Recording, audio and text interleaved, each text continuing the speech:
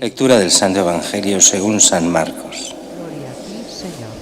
En aquel tiempo se presentaron los fariseos y se pusieron a discutir con Jesús. Para ponerlo a prueba le pidieron un signo del cielo. Jesús dio un profundo suspiro y dijo: ¿por qué esta generación reclama un signo? En verdad os digo que no se le dará un signo a esta generación. Los dejó, se embarcó de nuevo y se fue a la otra orilla. Palabra del Señor. Gloria a ti, Señor Jesús. La primera lectura, empezamos hoy esta carta a Santiago. Lo que pasa es que nos tocaría verla durante bastante tiempo, pero rompemos el ritmo litúrgico el miércoles entrando en la Cuaresma.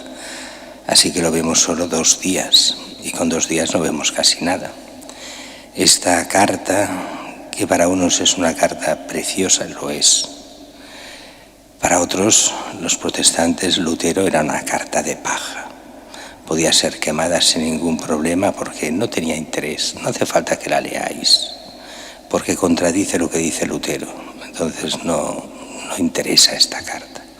Y sin embargo es una grandísima carta, sencilla pero magnífica. Y empieza de forma muy extraña: Santiago, siervo de Dios y del Señor Jesucristo, bien, a las 12 tribus de la diáspora, saludos. Claro, había habido la diáspora a partir de la persecución, la primera persecución. Santiago es Santiago el menor, el que llaman el hermano del Señor, o sea, pariente del Señor, y el que era el obispo en Jerusalén. Y llama a los de la diáspora. Es una carta dirigida a todas las iglesias desde Jerusalén por parte del obispo de Jerusalén. Y entonces empieza a hablarles con esta introducción que vendría a ser la del día de hoy. Dice: considerad gran gozo cuando estéis rodeado de todas las pruebas, las persecuciones de un tipo o de otro, sabiendo que la autenticidad de vuestra fe produce paciencia. El cristiano ha de tener mucha paciencia, lo sabéis todos, más que yo lo sabéis. Y dice, entre otras cosas, que si uno carece de sabiduría, que la pida a Dios, que la daje a todos generosamente. Es esa sabiduría práctica del vivir en cristiano, en la sabiduría de saber lo que hay que hacer. Es esa sabiduría que después Santo Tomás explicará estupendamente bien, con el sentido de lo que es la prudencia en el sentido de saber lo que hay que hacer y hacerlo, las 2 cosas. Y que pida con fe, sin titubear, porque el que titubea, o sea, aquel que pide, pero como si no pidiese, que pide por obligación, pero que en el fondo no cree demasiado. Dice, es como una ola de mar agitada, sacudida por el viento ese que titubea. Y no crea que recibirá nada del Señor el que pide así, sino que hay que pedir con fe. Y después nos habla de esta doble condición del cristiano y del pobre y del rico. Del pobre, que se enorgullezca de su condición. ¿Qué condición? La de ser hijo de Dios, la de ser cristiano. Su condición es grande, más que las de los ricos de este mundo. Porque los ricos de este mundo no se enteran de la fe ni de la verdad. Y ellos sí, están en el camino de la salvación. Y así, esta alta dignidad de ser cristiano. Y el rico, que aprenda de su pequeñez. Y aquí hay que entender lo que quiere decir. El rico, en el fondo, si solo se vale de su riqueza, es un desgraciado. Claro, si es un cristiano que sabe usar sus bienes para el bien, es otra historia. Pero el rico, cuando va de rico, cuando el rico cree que es alguien por su riqueza, lo que es un pobre desgraciado, que aprenda a ser humilde, porque solo de los humildes es el reino de los cielos.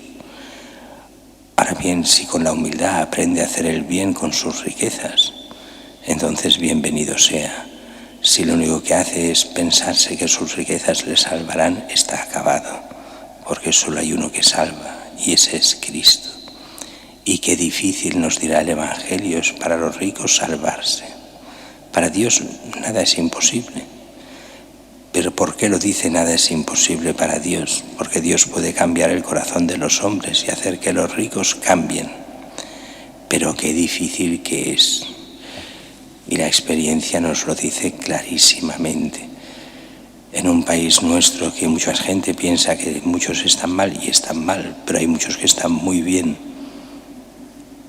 y no hacen nada o muy poco, la mayoría, con aquello que tienen. Y lo que es peor, muchos de ellos se dicen cristianos. El juicio de Dios será realmente duro en muchísimos casos. Mientras que el Evangelio nos habla de otro tema muy corto. Los fariseos que van a Jesús, que exigen signos, grandes milagros en el cielo para que se vea realmente que Jesucristo es enviado de Dios. No quieren fe, quieren visión, y las cosas no funcionan así. A Cristo se le conoce y se le ama y entonces se entiende quién es. Pero pensar que todo funciona con grandes milagros, los judíos piden milagros, los griegos sabiduría, pero no la sabiduría de Dios, sabiduría humana, que nos enseñará a Cristo el camino de la cruz, el camino del bien, el camino del amor a los hombres y al amor de Dios. A eso sí, a los grandes milagros no nos los dará. No hablamos aquí de las curaciones que las hacía, no hablamos aquí de sacar demonios, hablamos de lo que es el milagro espectacular para hacer espectáculo y que crean en él. Súbete al alero del templo, tírate del alero del templo, que los ángeles te acompañen y te hagan bajar y que no sufras ningún daño, ese tipo de milagros. Que todos puedan decir, oh, qué maravilla, realmente aquí está Dios presente. Pero eso al final sabemos que no lleva a la fe. Eso sabemos que lleva al final solo al espectáculo, y el espectáculo solo no lleva a la fe.